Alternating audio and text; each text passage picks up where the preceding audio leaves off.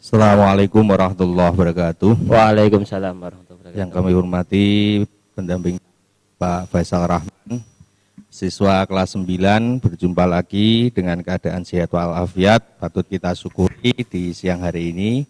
Mungkin nanti jam 12 selesai. Jadi ini istilahnya jam-jam akhir pelajaran. Mohon nanti agak serius untuk fokus memahami pelajaran.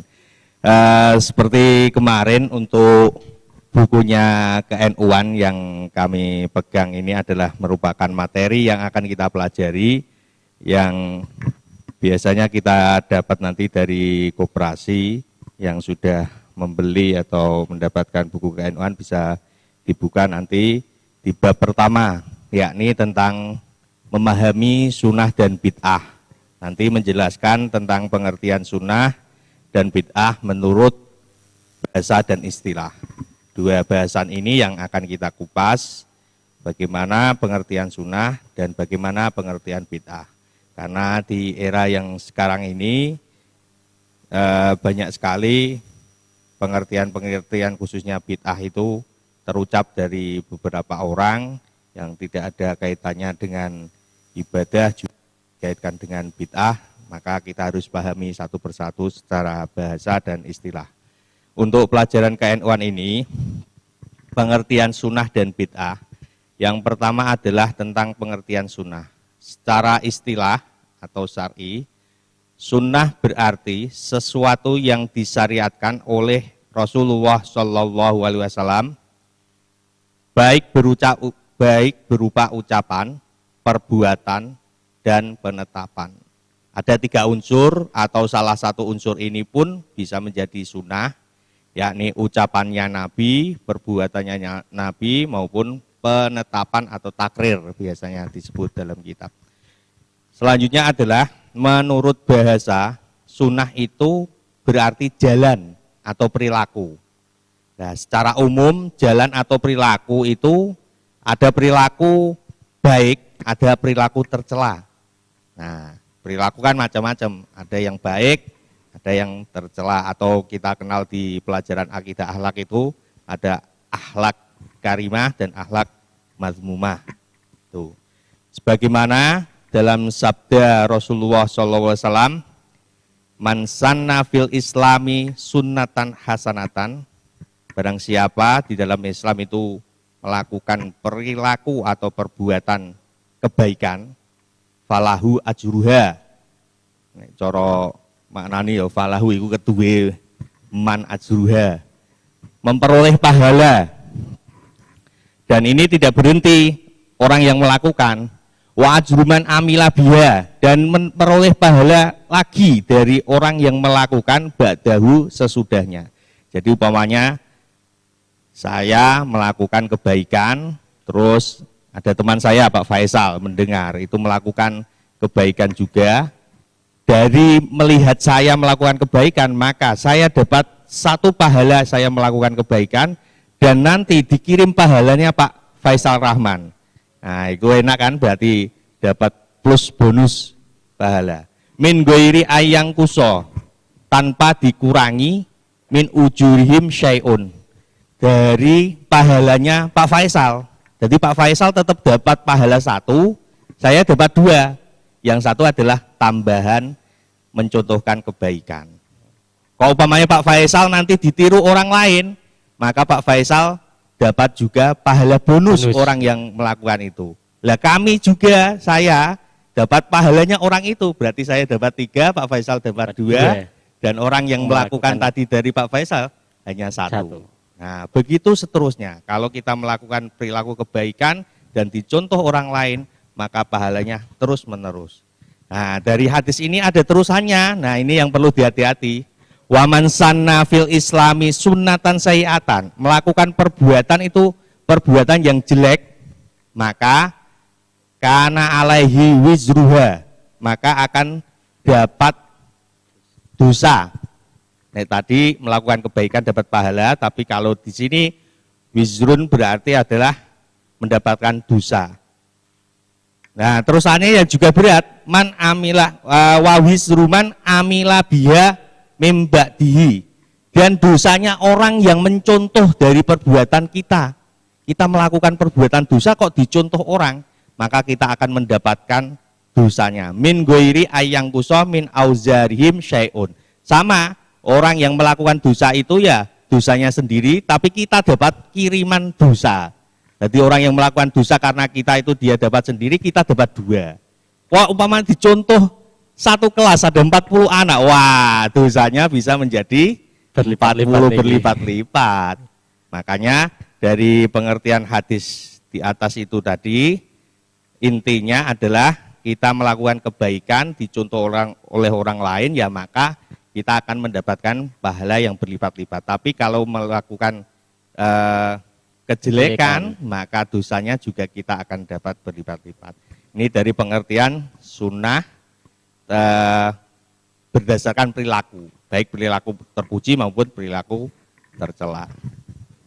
Dari hadis itu dipahami jelas bahwa orang yang mau melakukan atau menjalankan yang telah digariskan Rasulullah SAW, orang yang meninggalkan jalan yang telah digariskan oleh Rasulullah SAW itu tidak digolongkan sebagai umatnya. Oleh karena itu, yang dimaksud sunnah di sini itu bukan berarti pengertian fikih. Kalau pengertian fikih itu sunat adalah perbuatan ketika dilaksanakan mendapatkan pahala, ketika tidak melaksanakan mendapatkan dosa. Tapi di sini pengertian sunnah disederhanakan pada perilaku Nabi, sahabat tabi'in sesuai dengan dalil syariat. Contoh umpamanya sholat duha, taraweh, dan lain sebagainya. Nah, itu pengertian sunnah. Sekarang pengertian bid'ah. Ini yang paling menarik. Karena nanti kita akan tahu bid'ah itu sebenarnya bid'ah yang mana. Kok sedikit-sedikit orang itu, wah jangan melakukan ini bid'ah itu. Nah ini perlu kita nanti perjelas. Menurut istilah syar'i, al-bid'atu wahya amrun wadasun, perkara yang baru.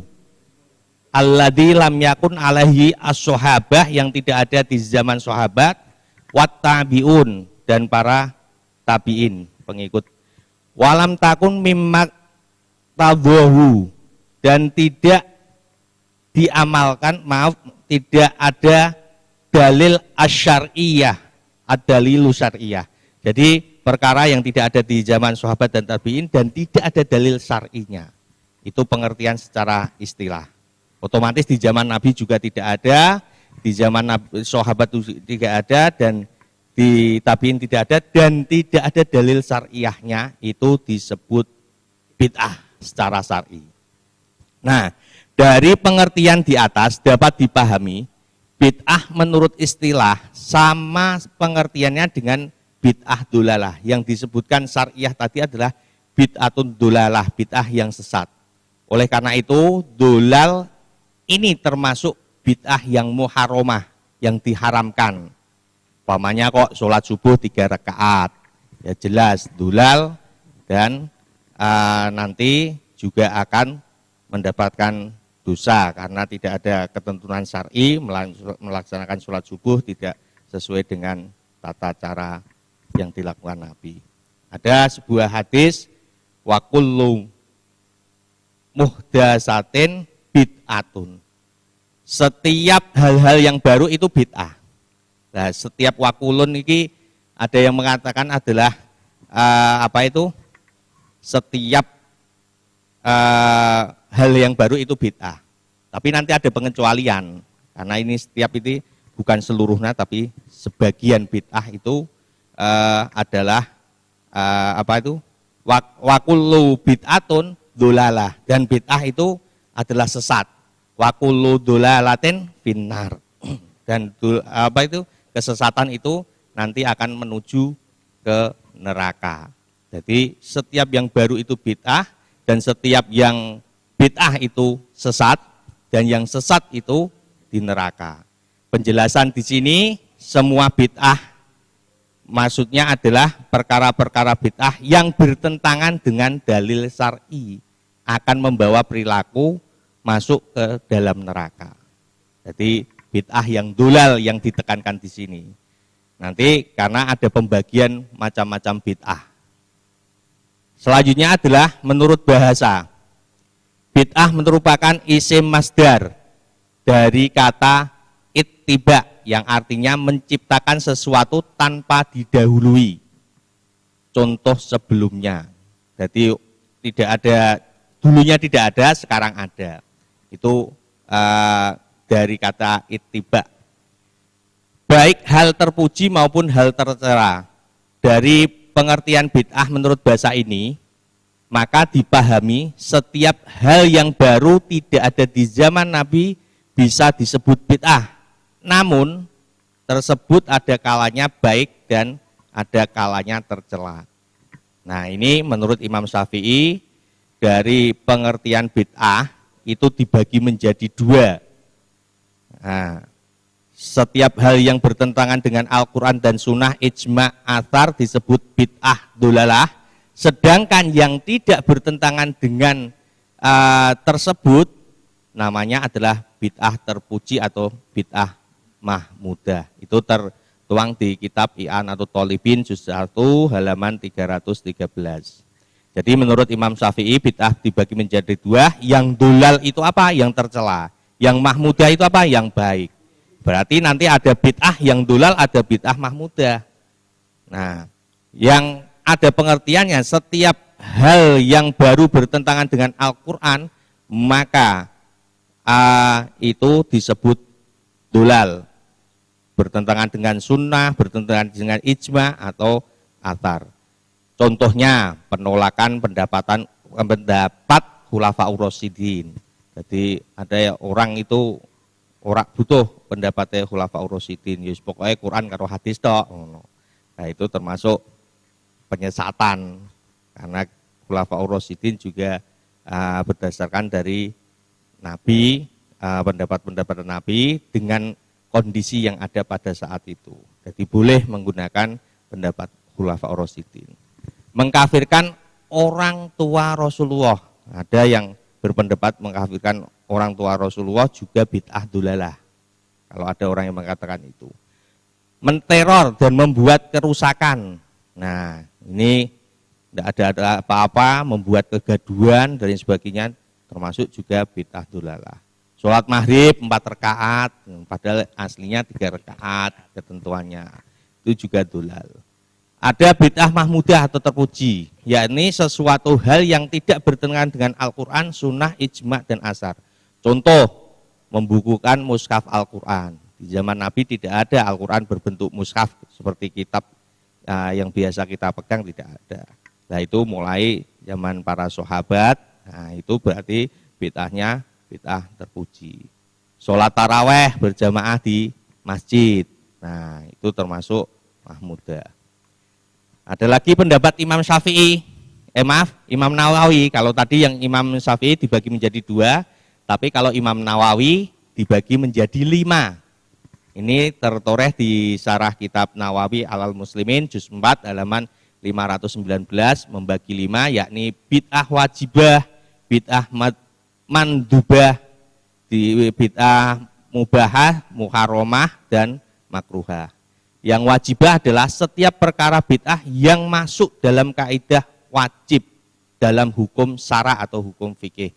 Contoh belajar ilmu tajwid. Itu wajib supaya nanti kita belajar Al-Qur'annya bisa sesuai dengan tuntunan Nabi. Belajar ilmu fikih supaya kita tahu cara sholat dan lain sebagainya. Termasuk wajib. Di zaman Nabi kan tidak ada pelajaran tajwid, pelajaran fikih gitu. Ya memang apa yang dicontoh dari Nabi langsung. Nah, pengembangan ilmu-ilmu inilah yang nanti termasuk tidak ada di zaman Nabi, tapi kita lakukan merupakan kewajiban.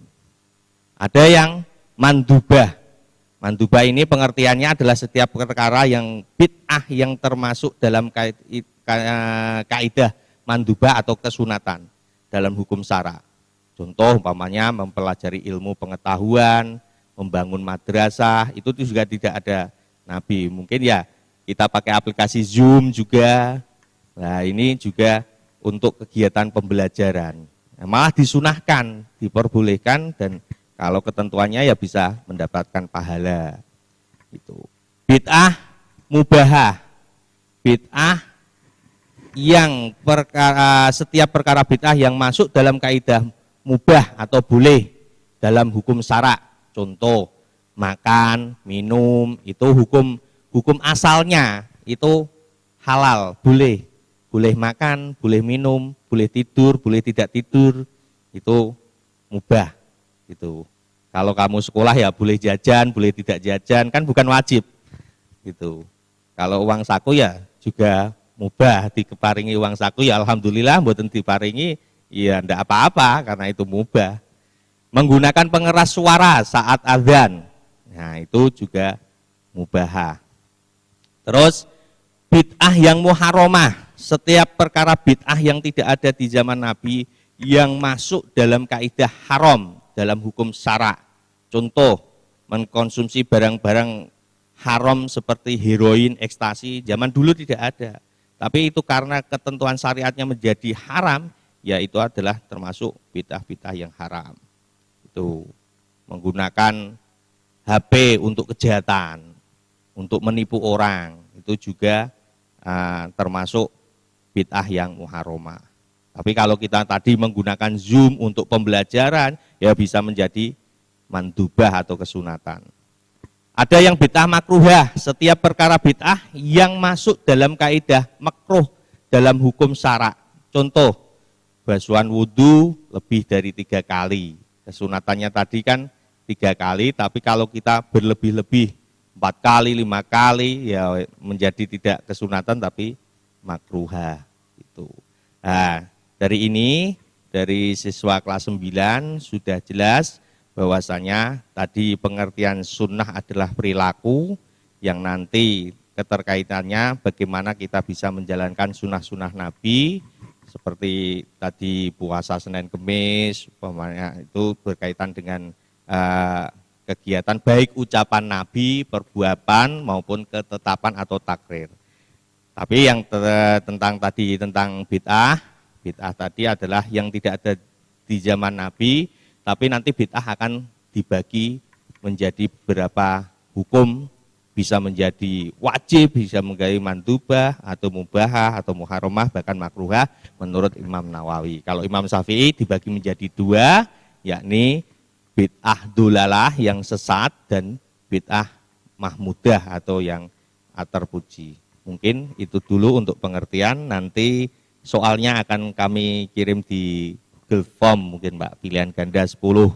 Mungkin dari penjelasan tadi bisa apakah nanti contoh-contohnya atau penjelasan pengertiannya. Mungkin itu dulu karena waktu sudah, besok kita lanjutkan lagi. Dari kami, Assalamualaikum warahmatullahi wabarakatuh. Waalaikumsalam warahmatullahi wabarakatuh.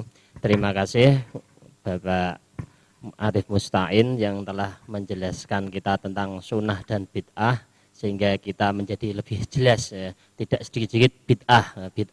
Padahal kalau orang sedikit bid'ah itu anggapannya adalah bid'ah itu buruk, tercela semua. Padahal aslinya ada yang terpuji tadi ya, dari Imam Syafi'i dan Imam Nawawi ada yang sampai ada yang wajib, sampai ada makruh juga. Ya, matur suwun, terima kasih ilmunya yang telah disampaikan.